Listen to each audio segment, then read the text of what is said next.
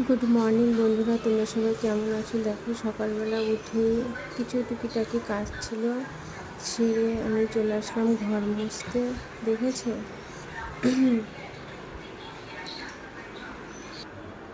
তারপরে বড়মশাই সকাল সকাল বাজার নিয়ে এসছে।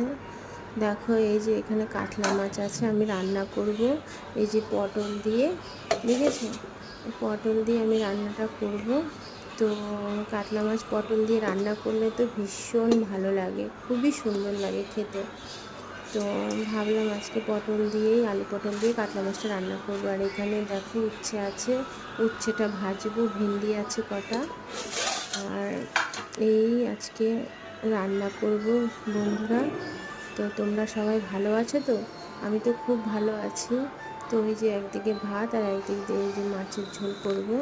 তো আজকে ছিল আমার এই ছোট্ট একটা মিনি ব্লগ গুড মর্নিংয়ে। তো তোমরা সবাই ভালো থেকো, সুস্থ থেকো।